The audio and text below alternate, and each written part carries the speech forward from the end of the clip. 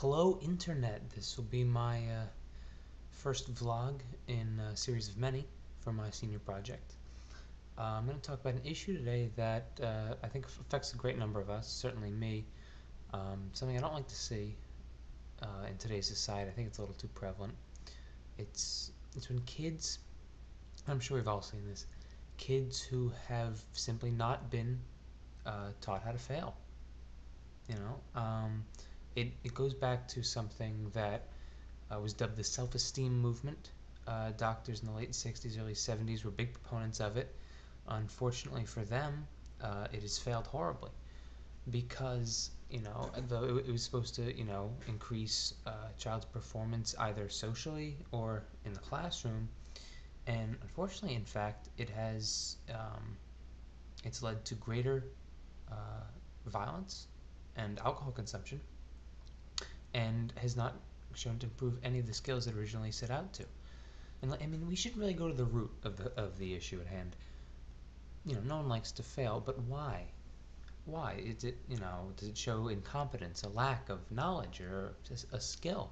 Or, as I believe is the case, do people worry too much about how others perceive you? That's what I think the key issue is here. People really need, to care about themselves, not care about what others think. Because when you care about what others think, it brings you down as a person. The self-esteem movement, the key points of this movement were that, every child is special, but also that every child never has to deal with failure. I played t-ball as a youngster. I played baseball for many years, but t-ball in the younger leagues, everyone gets a trophy, and in most cases, everyone gets to bat. While it's fun, it gets the kids involved, sure, there's no feeling of you lost, deal with it. No, everyone wins. And it doesn't prepare kids for the real world. In the real world, there is failure. You screw up your job, you could lose that job, lose your livelihood. You don't want that. When you think about it, when you get down to the root of it all, it's borderline child worship. I mean, look, it needs to stop. Schools have banned tag because it encourages victimization, or dodgeball because someone might get hurt. Come on.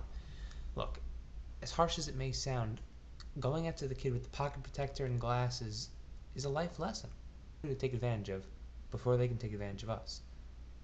Look, even high school, professional sports, you see it.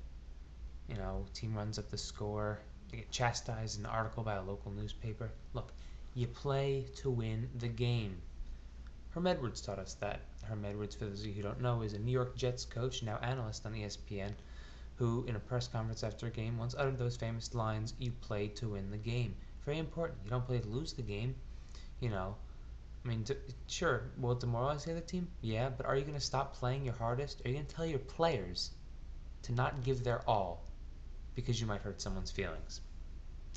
I don't think so.